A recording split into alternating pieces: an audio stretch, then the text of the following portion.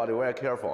Look at my toes, okay? So like when you open from sixth position, you opened. Make sure you keep your weight on 5 toes evenly. Don't rolling like this. Put your weight on the big toes. That's very bad. Okay, don't do that. And keep your foot nicely.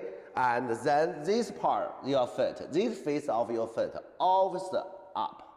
Clear? Very careful about that, okay? Otherwise, later on, your leg won't be straight, will become the O. You don't want your leg to become the O, right? So you have to be very careful about the fifth position. Then there's 5 toes. That's first thing.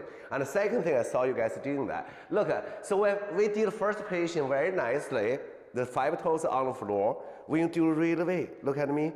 I make sure my 5 toes all support me. I'm not just use 2 big toes to support me. You still make sure your 5 toes support you. Okay? That is the only thing.